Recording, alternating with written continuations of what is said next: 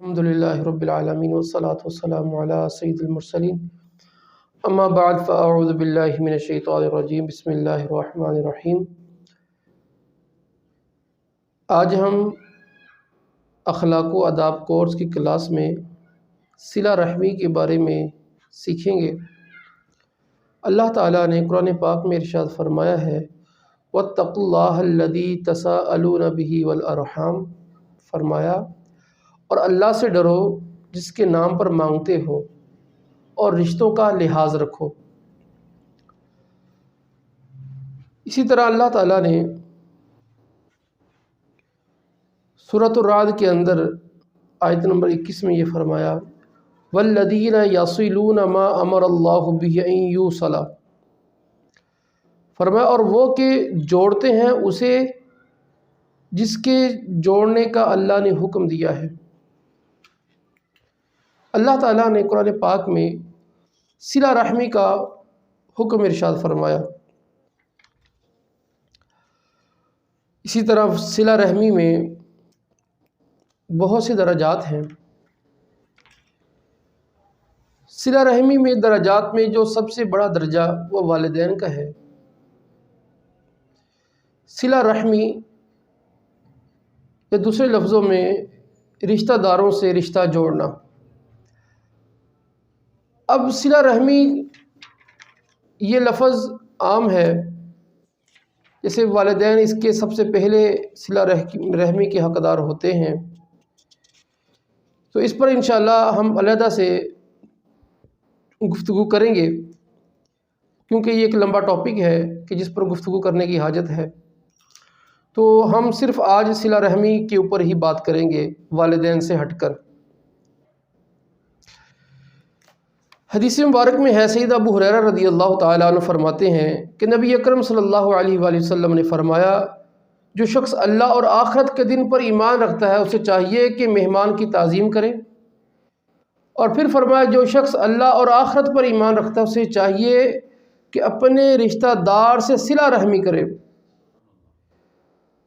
اور اسی حدیث میں فرمایا جو شخص اللہ اور قیامت پر ایمان رکھتا ہے وہ اچھی بات کرے یا چپ ہو جائے۔ اب یہاں پر ایک لفظ بولا جاتا ہے محرم، اور اسی طرح بولا جاتا ہے ذی رحم۔ اس میں کیا مطلب ہوتا ہے دونوں لفظوں کا؟ تو ذی رحم اس رشتہ دار کو کہتے ہیں کہ جس کا رشتہ ہم سے نسبی ہو، جس کا رشتہ نسب کے اعتبار سے ہو وہ ذی رحم ہوتا ہے، اور جس سے نکاح حرام ہو وہ محرم ہوتا ہے۔ یہ یاد رکھیں، دونوں گڈ مڈ کر دیتے ہیں۔ محرم وہ ہے کہ جس سے نکاح حرام ہے، اور ذی رحم وہ ہے کہ جس سے رشتہ نسبی ہوتا ہے۔ اب داماد یہ محرم تو ہے، ذی رحم نہیں ہے کہ محرم سے نکاح حرام ہے۔ اسی طرح جو چچا زاد بھائی ہے یہ ذی رحم ہے، محرم نہیں ہے۔ سگا بھائی بھتیجا یہ ذی رحم بھی ہے اور محرم بھی ہے۔ بھائی یہ ذی رحم بھی ہے اور محرم بھی ہے کہ نسبی رشتہ بھی ہے، اور کیا ہے رشتہ نکاح بھی حرام ہے۔ بھتیجا اس سے بھی نسبی تعلق ہے لیکن نکاح بھی حرام ہے۔ یہ ہو سکتا ہے کہ ایک وقت میں ذی رحم اور محرم دونوں یہ لفظ جمع ہو جائے، جیسے کہا تھا ذی رحم محرم۔ بعض صرف ذی رحم ہوتے ہیں، بعض صرف محرم ہوتے ہیں، بعض ذی رحم بھی ہوتے ہیں اور محرم بھی ہوتے ہیں۔ اب یہاں جو کہا کہ ذی رحم صلہ رحمی کا، تو اس سے ذی رحم مراد ہے، محرم مراد نہیں ہے۔ ٹھیک ہے، وہ محرم ہو بھی سکتے ہیں، نہیں بھی ہو سکتے۔ یعنی اس جو حدیث مبارک میں کہا گیا کہ رشتہ دار سے صلہ رحمی کرنا، تو اس سے مراد یہ ہے کہ ان جو نسب کے اعتبار سے ہوں، جو ویسے محرم ہوں تو وہ نہیں ہے، یعنی جو صرف اکیلا محرم ہے اس میں وہ شامل نہیں ہے۔ یعنی حق تو اس کا بھی ادا کرنا ہے، لیکن اس سے تعلق کو صلہ رحمی نہیں کہتے۔ صلہ رحمی یہ نسبی رشتہ داروں سے ہوتی ہے۔ اچھا، اب جو رشتہ توڑنے والا ہے اس کے بارے میں فرمایا کہ یہ کتنا بڑا ہے، کہ فرمایا کہ جو آخرت پر ایمان رکھتا ہے کچھ چاہیے کہ رشتہ داروں سے صلہ رحمی کرے، نہ توڑے۔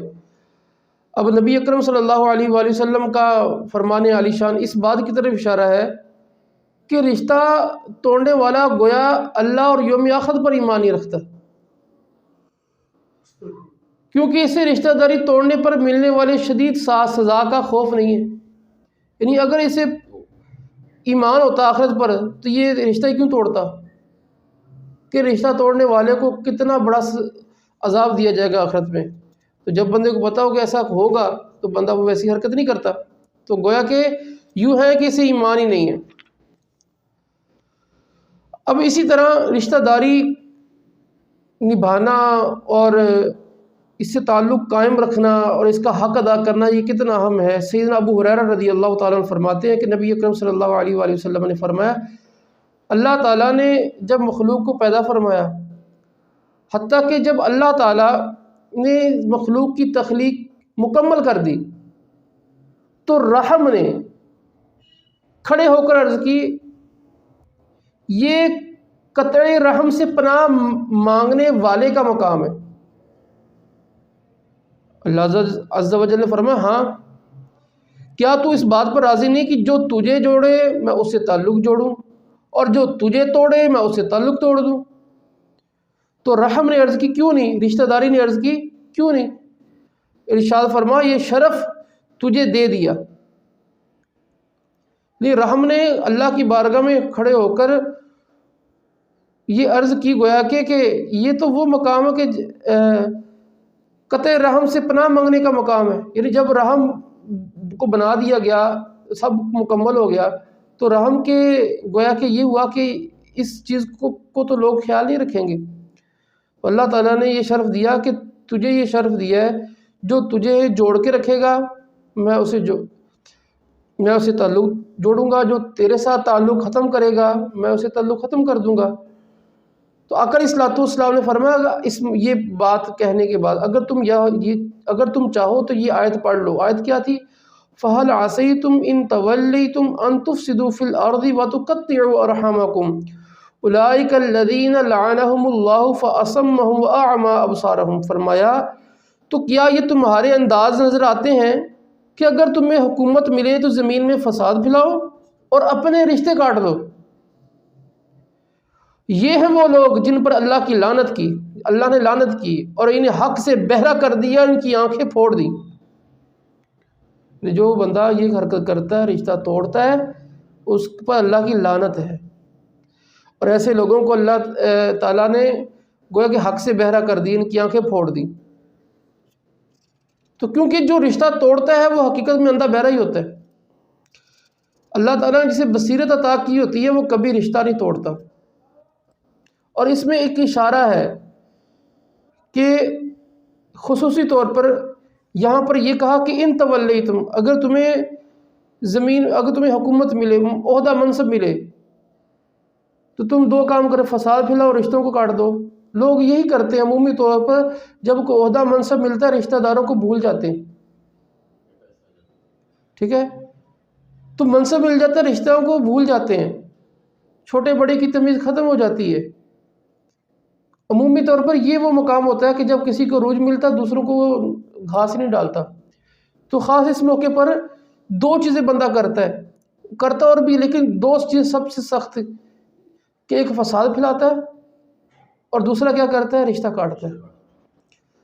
ہمارے معاشرے کے اندر جتنے بھی آپ دیکھے ہوں گے امیر ہو گئے، اپنے غریب بھائیوں کو بھول گئے، اب چار پیسے آ گئے، اب وہ تعلق ختم ہو گئے، ان کو بھول گئے، ان کے ناموں سے نفرت ہے، ان کے طور طریقوں سے نفرت ہو گئی ہے۔ تو ایسے لوگوں کو خیال کرنا چاہیے کہ ایسے لوگوں پر پھر اللہ کی لعنت ہوتی ہے، اور یہ بہت بڑی نحوست ہے۔ اور قطع رحمی یہ اتنی بڑی نحوست ہے کہ اس کا آقا علیہ الصلوۃ والسلام نے ذکر بھی فرمایا۔ کہ آقا علیہ الصلوۃ والسلام نے فرمایا، پیر اور جمعرات کو اللہ تعالیٰ کی بارگاہ میں لوگوں کے اعمال پیش کیے جاتے ہیں، یعنی جو فرشتے لکھتے ہیں اللہ کی بارگاہ میں دے دیے جاتے ہیں پیر اور جمعرات کو۔ اب کیا ہوتا ہے، اللہ تعالیٰ آپس میں عداوت رکھنے اور قطع رحمی کرنے والوں کے علاوہ سب کی مغفرت فرما دیتا ہے۔ اب اندازہ کریں یہ کتنا بڑا گناہ ہے کہ اب دیکھیں اگر ان میں ہم آپس میں دشمنیاں رکھنے والے ہوں، مسلمان بھائی عداوت کرنے والے ہوں، اپنے رشتوں کو توڑنے والے ہوں، اللہ کی بارگاہ میں لسٹیں پیش ہوئیں، اللہ تعالیٰ نے کہا کہ انہوں بھی کٹ دو، انہیں بھی تعلق توڑیا، انہوں بھی سائڈ سے کر دو، باقی سارے بخشے گے۔ بھائیو اگر اس میں میرا نام ہوا کیا ہوگا کہ ہمارا یعنی ایک قافلہ ہے جو جنت کی طرف جانا چاہتا ہے، اللہ تعالیٰ اس قافلے میں سے ہمیں نکال دے۔ یہ کتنی بڑی دکھ کی بات ہے، کتنی نحوست کی بات ہے۔ اب اس کی نحوست کتنی ہے۔ سیدنا عبداللہ بن مسعود رضی اللہ تعالیٰ عنہ صحابی رسول ایک بار صبح کے وقت مجلس میں تشریف فرمانے لگے، میں رشتہ توڑنے والے کو اللہ کی قسم دے کے کہتا ہوں اگر وہ یہاں بیٹھا تو اٹھ کر چلا جائے۔ وجہ بتائی، کہتے تاکہ ہم اللہ سے دعا کر سکیں، کیونکہ رحم کو توڑنے والا، رشتے کو توڑنے والا، یہ اس پر آسمان کے دروازے بند رہتے ہیں، ہم سارے دعا کریں گے اس کی وجہ سے ہمارے لیے دروازہ نہ بند ہو جائے۔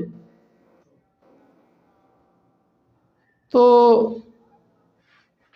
رشتہ توڑنا کتنا بڑا گناہ ہے نا، یعنی اس کی وجہ سے دیگر لوگوں کی دعا پر بھی اثر ہے، آپ اٹھا کر بھیج دیے۔ اب سیدنا ابو ہریرہ رضی اللہ تعالیٰ عنہ ایک مرتبہ آقا علیہ الصلوۃ والسلام کی احادیث مبارک یہ بیان کر رہے تھے، تو اس دوران آپ نے فرمایا کہ میری محفل میں جو بھی رشتہ دار سے تعلق توڑنے والا ہے نا اٹھ کر چلا جائے۔ یہ بات ابو ہریرہ رضی اللہ تعالیٰ عنہ نے بھی کی، یہی بات پیچھے حضرت عبداللہ بن مسعود رضی اللہ تعالیٰ عنہ نے کی۔ اب یہ والی بات سنیے، سیدنا ابو ہریرہ رضی اللہ تعالیٰ جب یہ کہا نا کہ اگر میری مجلس میں کوئی اپنے رشتے کو توڑنے والا بیٹھے اٹھ کر چلا جائے، ایک نوجوان اٹھ کر اپنی پھپھو کے پاس چلا گیا۔ ان کا پھپھو کے ساتھ کئی سال پرانا جھگڑا تھا۔ اب نوجوان نے جا کے پھپھو کو منا لیا، وہ دونوں ایک دوسرے سے راضی ہو گئے۔ پھپھو کہنے لگی بیٹا جا کے نا ان سے پوچھو سیدنا ابو ہریرہ رضی اللہ تعالیٰ عنہ سے کہ آپ نے یہ کیوں کہا تھا کہ جو رشتے کو توڑنے والا یہاں سے اٹھ کر چلے جاؤ، حکمت کیا ہے؟ تو سیدنا ابو ہریرہ رضی اللہ تعالیٰ عنہ سے جا کے پوچھا اس نوجوان نے، تو سیدنا ابو ہریرہ رضی اللہ تعالیٰ عنہ فرمانے لگے میں نے اپنے نبی اکرم صلی اللہ علیہ وآلہ وسلم کو یہ فرماتے ہوئے سنا ہے جس قوم میں رشتہ داری توڑنے والے ہوتے ہیں نا اس پر اللہ کی رحمت نازل نہیں ہوتی۔ مسئلہ ہی کوئی نہیں ہے، خصمانہ سیر خان ہو جو مرضی کرو، چچا نہیں بلونا نہ بلاوے، نہیں بولدی نہ بولو، ساڈے واسطے بلاونا، اسی اپنے گھر تسی اپنے گھر۔ اللہ اکبر،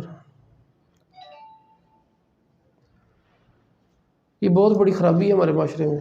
گھر گھر لڑائیاں، گھر گھر نفرتیں، وظیفے پڑھاتے ہیں۔ علامہ صاحب پیر صاحب ساڑھے گھر آؤ برکت دا پیار پاؤ، اللہ دے بندے ہو، صحابہ تو وڈی کوئی رحمت ہو سکتی؟ صحابہ کی مجلس ہے، صحابہ بیان کرنے والے جو پیروں کے پیر ہیں، وہ کہتے ہیں کہ بھی اٹھ کے چلے جاؤ، مجھے ہم سب کو اپنے گریبان میں جاگنا چاہیے۔ رشتہ داری کو توڑ لیا نا کوئی رحمت نہیں آئے گی، کاروبار میں برکت نہیں ہے، فلاں نہیں ہے، یہ نہیں ہے، وہ نہیں ہے، تو یہ رشتہ داری توڑی ہوئی ہے۔ اللہ اکبر، تو رشتہ داری توڑنا کتنا برا ہے۔ اب مزید اس حوالے سے احادیث مبارکہ سنیے کہ رشتہ داری توڑنا کتنا برا ہے اور اچھا سلوک کرنا کتنا اچھا ہے۔ اور اس میں وہ والے لوگ کہ جن سے اچھا تعلق کیا جاتا ہے، اچھا تعلق رکھنے کی بجائے اس کا جواب اچھائی کے ساتھ دینے کی بجائے آگے سے منہ چڑھا کے بیٹھے۔ یعنی اب دیکھیں نا، ایک بندے کو عقل آ گئی ہے، وہ کہتا ہے کہ نہیں صلح کر لیے، وہ کہتا ہے کہ نہیں تعلق بحال رکھیے، وہ اچھا کر رہا ہے اور اگلے کا منہ ہی سیدھا نہیں ہو رہا۔ یعنی ایک تو یہ ہوگا کہ اس نے بھی منہ پھیر لیا، اس نے منہ پھیر لیا۔ اب ایک بندہ منہ نہیں پھیر رہا، وہ ان بندوں کو بلا رہا ہے کہ جو ناراض ہیں۔ اب اس حوالے سے حدیث مبارک سنیے۔ سیدنا ابو ہریرہ رضی اللہ تعالیٰ عنہ فرماتے ہیں کہ ایک شخص نے آقا علیہ الصلوۃ والسلام کی بارگاہ میں آ کے عرض کی، یا رسول اللہ، میرے کچھ قریبی رشتہ دار ہیں، میں ان سے صلہ رحمی کرتا ہوں یا رسول اللہ، وہ مجھ سے قطع تعلق کرتے ہیں،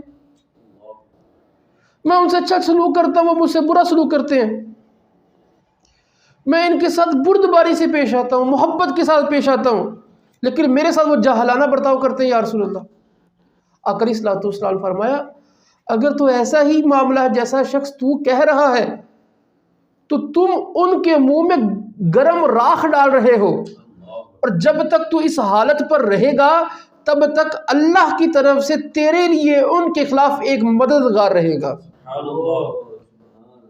اللہ اکبر۔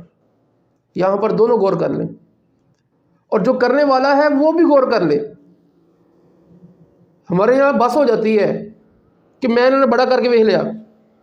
اب یہ شخص آقا علیہ الصلوۃ والسلام کی بارگاہ میں یہی کہہ رہا تھا نا کہ میں کرتا ہوں، آگے سے کچھ نہیں آ رہا۔ آقا علیہ الصلوۃ والسلام نے کیا کہا؟ بس بہت ہو گئی، بتا سر تو نہیں چڑھائی تھا، یہ تو نہیں کہا۔ ہمارے جیسا کوئی ہوتا کہ بس بہت ہوگی، بہت سر تو نہ چڑھا۔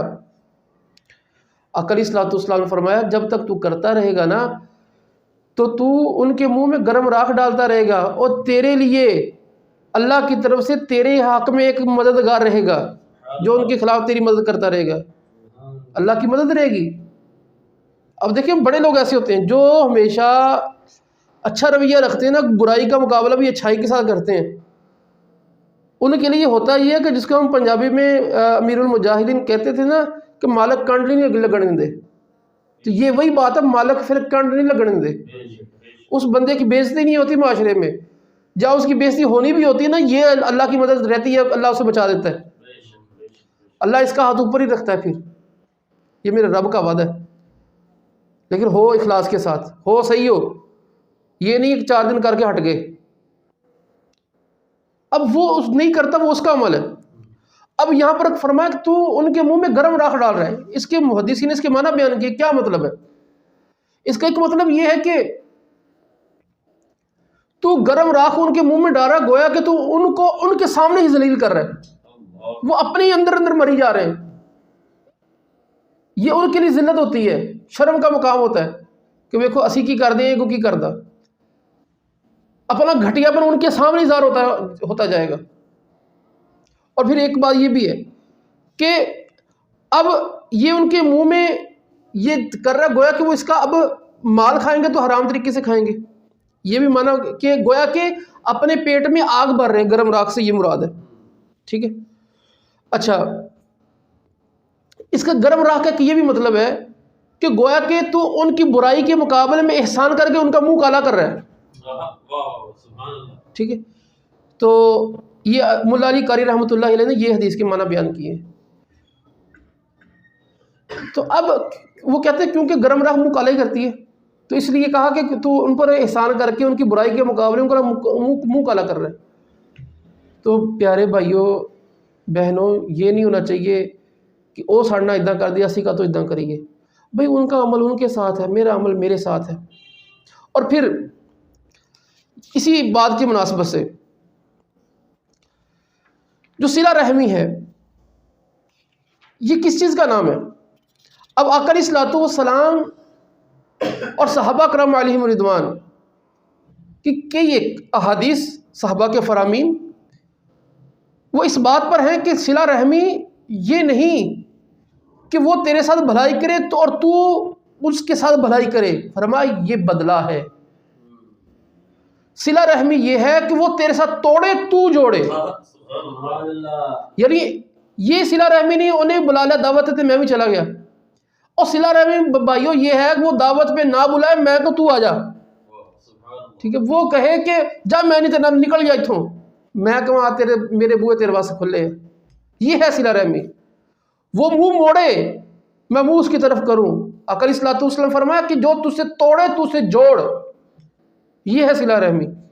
جوڑنے والے سے تو دشمن بھی جوڑ لیا کرتے ہیں، کمال یہ ہے کہ توڑنے والے سے جوڑا جائے، یہ ہے کمال، اور یہی آقا علیہ الصلوۃ والسلام نے ہمیں یہ درس دیا ہے۔ اب دیکھیں رشتہ داروں کو مال دینا یہ بھی صلہ رحمی ہے، ایک اچھے اخلاق سے پیش آنا، ان کی ضروریات کو پورا کرنا، ان کے دیکھ بھال کرنا ان کی، اور پھر مالی اعتبار سے ان کی مدد کرنا، یہ بڑا ہے۔ اور پھر ساتھ ہی اگلی بات سے پہلے ایک بات پھر ذہن سے نکل جائے گی، حدیث مبارک میں ہے کہ حضرت انس رضی اللہ تعالیٰ عنہ آپ فرماتے ہیں کہ آقا علیہ الصلوۃ والسلام نے فرمایا جسے یہ پسند ہو کہ اس کے لیے رزق میں فراخی ہو، عمر بڑھا دی جائے، اسے چاہیے کہ اپنے رشتہ داروں سے صلہ رحمی کرے۔ سبحان اللہ۔ جیسے میں نے پہلے کہا تھا کارچ برکت کوئی نہیں، پوری نہیں پہندی، کیوں نہیں پوری پڑتی؟ رشتہ داروں سے صلہ رحمی نہیں ہے۔ رزق بڑھانا چاہتے ہیں، اپنے رشتہ داروں سے صلہ رحمی کے ساتھ پیش آئیں، پیار و محبت سے پیش آئیں۔ بہنوں سے ناراضی ہے، جائے بہنوں کو منا لیں، پھپھو سے ناراضی ہے، خالہ سے ناراضی ہے، جا کے منا لیں، اللہ رزق کے دروازے کھول دے گا۔ والدین سے ناراضی ہے، یہ تو ایسی ہے کہ یہ اس سے کہ ناراضی کے ساتھ برکت ہو ہی نہیں سکتی، خصوصاً والدین، دیگر کے ساتھ بھی نہیں ہوتی، لیکن والدین تو سب سے اونچا مقام ہے نا۔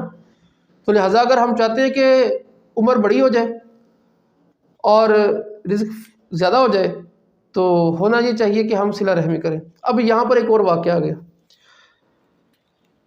اب یہ عمر کیسے بڑھتی ہے، اس کا محدث نے لکھا ہے اس حدیث کی شرح میں، وہ یہ لکھا ہے کہ دیکھیں بات یہ ہے صلہ رحمی کرنا صدقہ ہوتا ہے، اور صدقہ کرنے سے عمر بڑھتی ہے، یہ ہے لاجک اس میں، یہ ہے کروں، یہ کہا نا کہ عمر بڑھتی ہے، وہ اس طریقے سے بڑھتی ہے کہ صلہ رحمی کرنا صدقہ ہوتا ہے، انسان گویا صدقہ کر رہا ہے تو صدقہ کرنے سے عمر بڑھتی ہے۔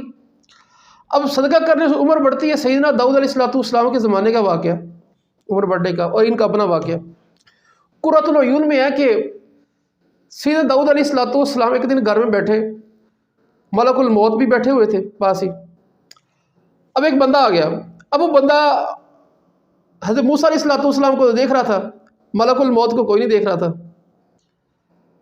تو ملک الموت علیہ السلام کہنے لگے اے داؤد علیہ السلام آپ اس بندے کو جانتے ہیں؟ تو کہا ہاں یہ مومن نوجوان مجھ سے محبت کرتا ہے، یہ بندہ آج اس کی شادی تھی، یہ اپنی دلہن کے پاس نہیں آیا، سیدھا میرے پاس آیا اس کے پاس جانے سے پہلے، یعنی اتنی محبت کرتا ہے میرے ساتھ کہ دلہن کے پاس نہیں گیا، میرے پاس آیا۔ تو سیدنا ملک الموت علیہ السلام نے کہا اے داؤد علیہ السلام اس دلہے کی عمر صرف 6 دن رہ گئی ہے۔ اب جب یہ بات سنی تو سید داؤد علیہ السلام اس نوجوان سے محبت کرتے تھے، آپ رنجیدہ ہو گئے، پریشان ہو گئے، لیکن یہ اس کو کچھ نہیں کہا کیونکہ یہ راز کی بات تھی تو نہیں بتائی۔ اب اس بات کو 7 مہینے گزر گئے تو وہ لڑکا نہیں فوت ہوا۔ اب سید داؤد علیہ السلام حیران کہ یہ تو مجھے کیا کہ 6 دن کا مہمان ہے اور اس کو 7 مہینے ہو گئے۔ اب ملاقات ہوگی سیدنا ملک الموت علیہ السلام سے۔ اب سیدنا داؤد علیہ السلام نے پوچھا کہ آپ نے کہا تھا کہ 6 دن کا مہمان ہے، اس کو تو 7 مہینے گزر گئے، کیا بات ہے؟ تو ملک الموت علیہ السلام نے عرض کی علی جا بات یہ ہے کہ 6 دن ہی تھے، میں جب اس کی روح قبض کرنے کے لیے آیا نا، اللہ نے مجھے فرمایا ملک الموت میرے بندے کو چھوڑ دے، کیونکہ جب یہ حضرت داؤد علیہ السلام کے پاس حاضر ہونے کے بعد جب باہر نکلا تھا نا، اس نے ایک لاچار فقیر کو دیکھا، اس بندے نے اس فقیر کو اپنی زکوٰۃ دی، اس فقیر بندے نے خوش ہو کر اس کو لمبی عمر کی دعا کی، اور اس نے یہ بھی دعا کی یا اللہ اسے حضرت داؤد علیہ السلام کا جنت میں پڑوسی بنا دے۔ تو اللہ تعالیٰ نے فرمایا کہ میں نے اس فقیر کی دعا کو قبول کیا، اسے 10 سال اور عطا کر دیے اور جنت میں حضرت داؤد کا پڑوسی بھی بنا دیا۔ تو اب دیکھیں نا کیسا کمال ہے صدقے کا۔ تو صلہ رحمی صدقہ ہے، صدقے سے عمر بڑھتی ہے، اور تو میرے نبی نے فرمایا کہ صلہ رحمی کرو گے تو رزق میں فراخی بھی ہوگی اور عمر بھی بڑھ جائے گی۔ اب ہم صدقہ کرتے ہیں نا، مال خرچ کرتے ہیں، مال خرچ کرنے میں یاد رکھیے سب سے زیادہ ثواب اپنے رشتہ داروں کو دینے کا ہے، سب سے زیادہ ثواب۔ اب اس حوالے سے ایک واقعہ دیکھیے، سیدنا انس رضی اللہ تعالیٰ عنہ سے حدیث مبارک کو نقل کرتے ہیں، کہتے ہیں کہ صحابی رسول حضرت ابو طلحہ رضی اللہ تعالیٰ عنہ، یہ صحابی وہ تھے کہ مدینے میں کھجور کے باغات کے لحاظ سے سب سے زیادہ مالدار تھے، اور انہیں اپنے باغوں میں جو سب سے زیادہ باغ پسند تھا یہ مسجد نبوی کے سامنے بیروحہ نام کا باغ تھا، بیروحہ، اور اس میں ایک کنواں بھی تھا، ٹھیک ہے، بیروحہ، اور کہتے ہیں کہ یہ وہ کنواں تھا کہ آقا علیہ الصلوۃ والسلام جب اس باغ میں تشریف لے جاتے تو آقا علیہ الصلوۃ والسلام اس کنویں کا عمدہ پانی، میٹھا پانی تھا، وہ نوش فرماتے تھے۔ پھر ایک آیت نازل ہوتی ہے، وہ آیت یہ ہے، لن تنالوا البر حتی تنفقوا مما تحبون، کہ تم ہرگز بھلائی کو نہ پہنچو گے جب تک راہ خدا میں اپنی پیاری چیز صدقہ نہ کر دو۔ اب یہ والے جو صحابی تھے نا، انہوں نے جب یہ آیت ان تک پہنچی، کہنے لگے مجھے تو سب سے زیادہ مال پسند ہے، یہ باغ ہی ہے۔ اب آ گیا علیہ الصلوۃ والسلام کی بارگاہ میں، تو عرض کی یا رسول اللہ، بے شک اللہ تعالیٰ نے یہ فرمایا ہے، لن تنالوا البر حتی تنفقوا مما تحبون، اور مجھے اپنے سارے مالوں میں سے یہ باغ بڑا پسند ہے، لہٰذا وہ اللہ کی رضا کے لیے یہ باغ میں صدقہ کرنا چاہتا ہوں، اور اللہ کے پاس اس باغ کے بدلے ثواب کی امید رکھتا ہوں۔ یا رسول اللہ، آپ اس کو جیسے رب چاہتا ہے ویسے اس کو خرچ کر دیں۔ تو آقا علیہ الصلوۃ والسلام نے فرمایا، بہت اچھا، یہ سودا بڑا نفع بخش ہے۔ 2 دفعہ فرمایا، یہ سودا بڑا نفع بخش ہے، تم نے جو کہا میں نے سن لیا ہے، لیکن میری رائے یہ ہے نا، تم یہ باغ اپنے رشتہ داروں میں تقسیم کر دو۔ سیدنا ابو طلحہ رضی اللہ تعالیٰ عنہ کی، یا رسول اللہ میں ایسا ہی کروں گا یا رسول اللہ۔ تو حضرت ابو طلحہ رضی اللہ تعالیٰ عنہ نے وہ باغ اپنے رشتہ داروں میں خرچ کر دیے، کہ ان کے رشتہ دار نادار تھے، پنجابی کہتے ہیں ماڑے سی، کمزور تھے۔ تو اب ایک طرف دیکھیں ہم مال صدقہ کرتے ہیں، اتنا بڑا باغ، اتنا اچھا باغ جس میں آقا علیہ الصلوۃ والسلام خود جا کے وہ پانی نوش فرماتے، وہ پیش کر رہے، یا رسول اللہ انہیں آپ اللہ کی راہ میں خرچ کر دیں۔ میرے نبی فرماتے ہیں انہیں اپنے رشتہ داروں میں دے دو، انہیں اپنے رشتہ داروں میں دے دو۔ تو ہم باہر تو صدقہ کرتے ہیں، رشتہ داروں کو تو بھول جاتے ہیں نا، تو یہ درست عمل نہیں ہے۔ تو جب صدقہ کریں تو اولین اپنے رشتہ داروں کا خیال رکھیں، اس کے بعد دوسری طرف صدقہ کریں۔ اور پھر اس کے ساتھ ہی یہاں پر ایک شرعی مسئلہ بھی ضروری ہے کہ رشتہ داروں پر خرچ کرنا، اس میں اگر زکوٰۃ ہو تو پھر یہ دیکھ لیا جائے کہ کن کو دی جا سکتی ہے کن کو نہیں، نفلی صدقہ میں کوئی قید نہیں ہوتی۔ اب اس کے ساتھ ہی ہم اگلی حدیث مبارک کی جانب پڑھتے ہیں کہ صلہ رحمی کیا ہے۔ اب اس حوالے سے حضرت عائشہ صدیقہ رضی اللہ تعالیٰ عنہ فرماتی ہیں کہ آقا علیہ الصلوۃ والسلام نے فرمایا کہ رشتہ داری عرش کے ساتھ لٹکی ہوئی میں نے دیکھا، کہہ رہی تھی، یہاں فرمایا کہہ رہی ہے، جو مجھے ملائے رکھے اللہ عز و جل اسے ملائے گا، جو مجھے توڑے گا اللہ اسے توڑ دے گا۔ یعنی یہ کیسا رشتہ داری اللہ کے عرش کو پکڑ کر یہ کہہ رہی ہے، گویا کہ وہ یہاں تو یہ اس کے 2 مطلب ہیں۔ محدث نے فرمایا یہاں تو یہ مراد ہے کہ رشتہ داری اللہ کی بارگاہ میں عرض کر رہی ہے، یا اللہ ایسا کر دے، دعا کر رہی، یا اللہ نے جو اسے شرف دیا ہے اس کی وہ خبر دے رہی ہے کہ میں وہ ہوں کہ جو مجھے ملائے گا اللہ اسے ملا دے گا، جو مجھے توڑ دے گا اللہ اسے توڑ دے گا۔ تو دونوں مطلب ہے۔ اب نبی اکرم صلی اللہ علیہ وآلہ وسلم اپنے رشتہ داری کا کیسے لحاظ کرتے؟ جنگ اوتاس یعنی غزوہ اوتاس میں، یہ غزوہ اوتاس اس میں جو علاقہ شامل تھا یہ قبیلہ بنو سعد تھا، یہ وہی قبیلہ تھا کہ جس میں نبی اکرم صلی اللہ علیہ وآلہ وسلم کی رضائی والدہ حضرت حلیمہ سعدیہ رضی اللہ تعالیٰ عنہ رہا کرتی تھی۔ اس علاقے نے ابھی آقا علیہ الصلوۃ والسلام کا کلمہ نہیں پڑھا تھا، یہاں کے علاقے کے لوگوں سے آقا علیہ الصلوۃ والسلام صحابہ کرام کی جنگ ہوئی، آقا علیہ الصلوۃ والسلام کو اللہ تعالیٰ نے فتح عطا فرمائی۔ اب آقا علیہ الصلوۃ والسلام کی رضائی بہن اور سیدنا حلیمہ سعدیہ رضی اللہ تعالیٰ عنہ کی صاحبزادی سیدتنا شیمہ رضی اللہ تعالیٰ عنہ وہ بھی گرفتار ہوئیں۔ جب انہیں شناخت کے لیے آقا علیہ الصلوۃ والسلام کی بارگاہ میں حاضر کیا گیا تو آپ نے پہچان لیا یہ تو میری بہن ہے۔ تو آقا علیہ الصلوۃ والسلام کی جوش محبت میں آنکھوں میں آنسو آ گئے اور آقا علیہ الصلوۃ والسلام نے اپنی چادر مبارک زمین پر بچھائی، انہیں عزت سے بٹھایا، کچھ اونٹ کچھ بکریاں دے کر ارشاد فرمایا میری بہن تم تو آزاد ہو، اگر تمہارا جی چاہے تو میرے پاس رہو، اگر اپنے گھر جانا چاہو تو میں تمہیں وہاں پہنچا دیتا ہوں۔ تو انہوں نے اپنے گھر جانے کی خواہش ظاہر کی تو آقا علیہ الصلوۃ والسلام نے انتہائی عزت و احترام کے ساتھ اپنی بہن کو رخصت کیا۔ اب اسی جنگ کے موقع پر، جنگ اوتاس پر ہی اموال غنیمت تقسیم ہوا۔ تقسیم ہونے کے بعد جو قبیلہ بنو سعد تھا اس کا ایک رئیس تھا، بڑا سردار تھا، زہیر ابو سرد سواد کے ساتھ، یہ آقا علیہ الصلوۃ والسلام کی بارگاہ میں آ گیا، کہنے لگا جو جڑے بندے ساڈے پھڑے اور انہوں چھڑ دو، ہمارے جنگی قیدی رہا کر دو۔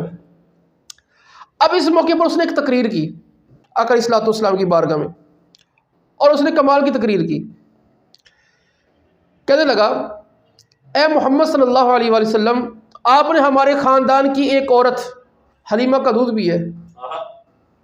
بندہ بڑا سیانا سی، آپ نے ہمارے خاندان کی ایک عورت حلیمہ کا دودھ پیا ہے، اور آپ نے جن عورتوں کو یہاں قید کر کے رکھا ہے ان میں بہت سی آپ کی رضائی پھوپھی ہیں، بہت سی آپ کی خالائیں ہیں، خدا کی قسم اگر عرب کے بادشاہوں میں سے کسی بادشاہ نے ہمارے خاندان کی کسی عورت کا دودھ پیا ہوتا تو ہمیں اسے بہت زیادہ امیدیں ہوتی ہیں، آپ تو پھر وہ ہیں کہ جس سے سب سے زیادہ توقعات رکھی جاتی ہیں، یعنی آپ تو سب سے بڑے ہیں نا پھر۔ تو آقا علیہ الصلوۃ والسلام نے جب اس کی یہ تقریر سنی، آقا علیہ الصلوۃ والسلام نے فرمایا کہ میرے حصے میں اس خاندان کے جتنے بھی افراد آ رہے ہیں میں سب کو آزاد کرتا ہوں۔ پھر صحابہ کرام علیہم رضوان نے جب دیکھا کہ آقا علیہ الصلوۃ والسلام نے آزاد کر، بقیہ نے بھی آزاد کر دیا۔ یعنی پہلے تقسیم کری ہوتی نا کتنے غلام فلاں کے حصے آئیں گے، فلاں مال فلاں کے حصے میں آئے گا، تو جب آقا علیہ الصلوۃ والسلام نے آزاد کر دیا تو صحابہ نے بھی سارے آزاد کر دیا۔ تو اب پنجابی میں ایک جملہ بولا تو ساڈے پنڈ دا ہے گا، یہ سنا نا کسی نے؟ پرانے لوگوں میں یہ صلہ رحمی ہوتی تھی، رشتہ داری کا لحاظ ہوتا تھا۔ یہ آقا علیہ الصلوۃ والسلام کی سیرت ہے کہ جہاں بندے نے کچھ وقت گزارا ہو نا کہ تو ساڑھے پنڈ دے گا، تو آج کل کوئی لحاظ نہیں ہے۔ یہ بھی کہا جائے نا میں رشتہ داری اس کا لحاظ نہیں کرتے، وہ پنڈ کا لحاظ کرنا تو گاؤں کا لحاظ کرنا تو بڑی دور کی بات ہے۔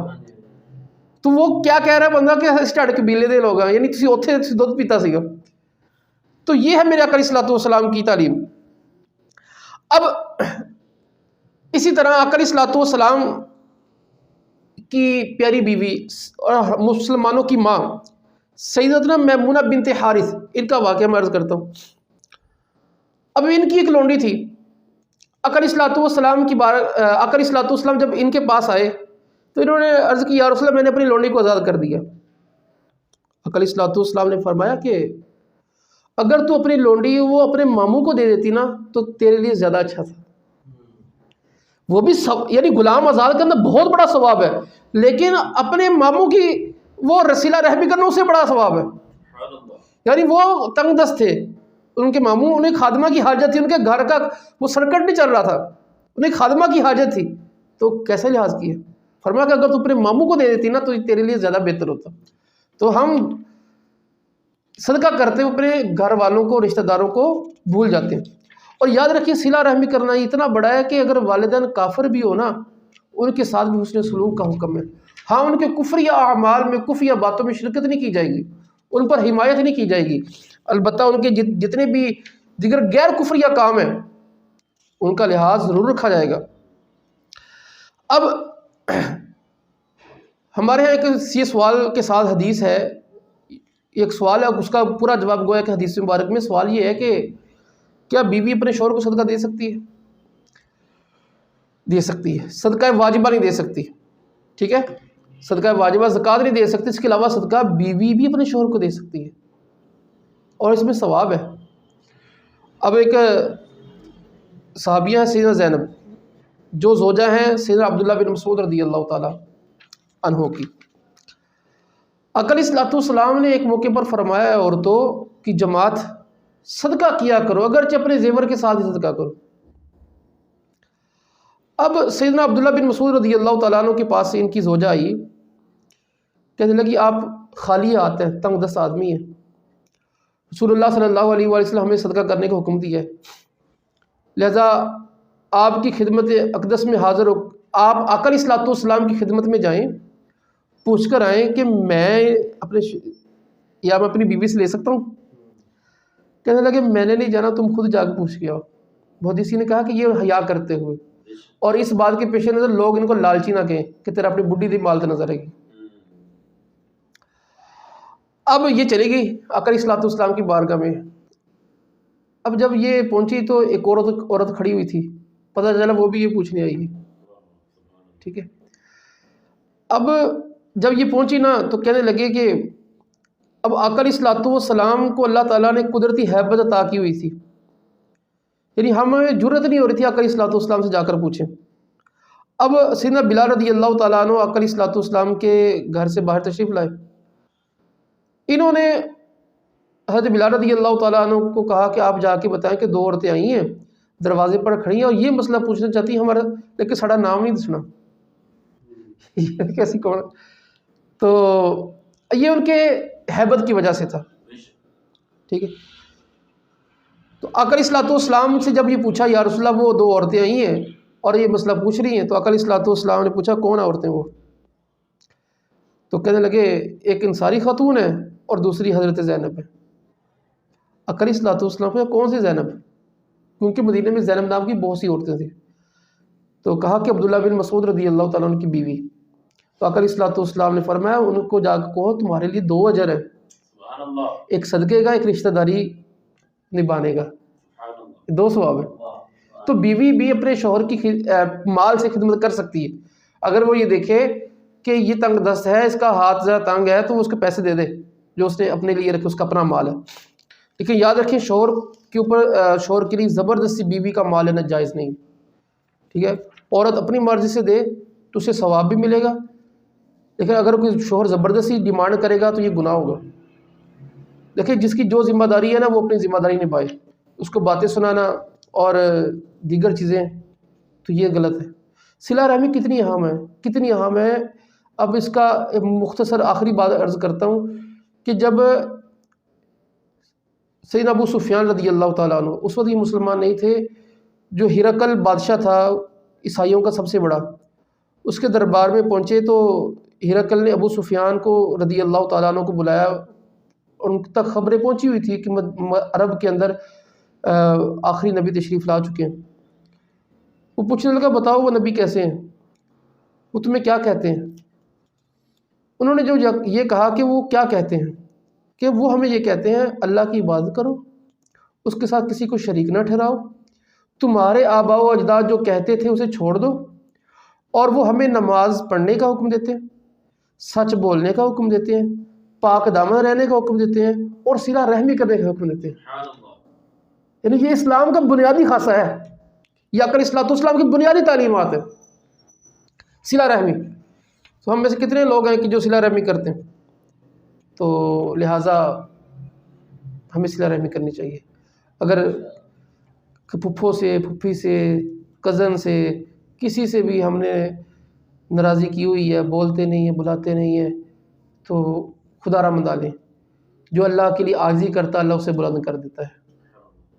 اصل پہلوان وہ نہیں کہ جو دوسرے کو پچھاڑ دے، نیچے گرا دے، اصل پہلوان وہ ہے کہ جو اپنے غصے کو قابو میں کر لے۔ کیا ہوا؟ صلہ رحمی یہی تو ہے کہ وہ نہیں بلاتا میں بلاؤں جا کے، ٹھیک ہے۔ یہ تھوڑی ہم اس بات کے کوئی اشارہ تو لبے نا، مطلب اسی کی طرف سے پہل ہوئی نا، بھائی پہل کرنے کا ثواب لو، جو سلو میں پہل کرتا ہے اس کے لیے جنت ہے۔ تو اللہ تبارک و تعالی ہمیں اپنے رشتہ داروں سے صلہ رحمی کرنے کی توفیق عطا فرمائے، آمین بجاہ نبی الامین صلی اللہ تعالی علیہ وآلہ وسلم۔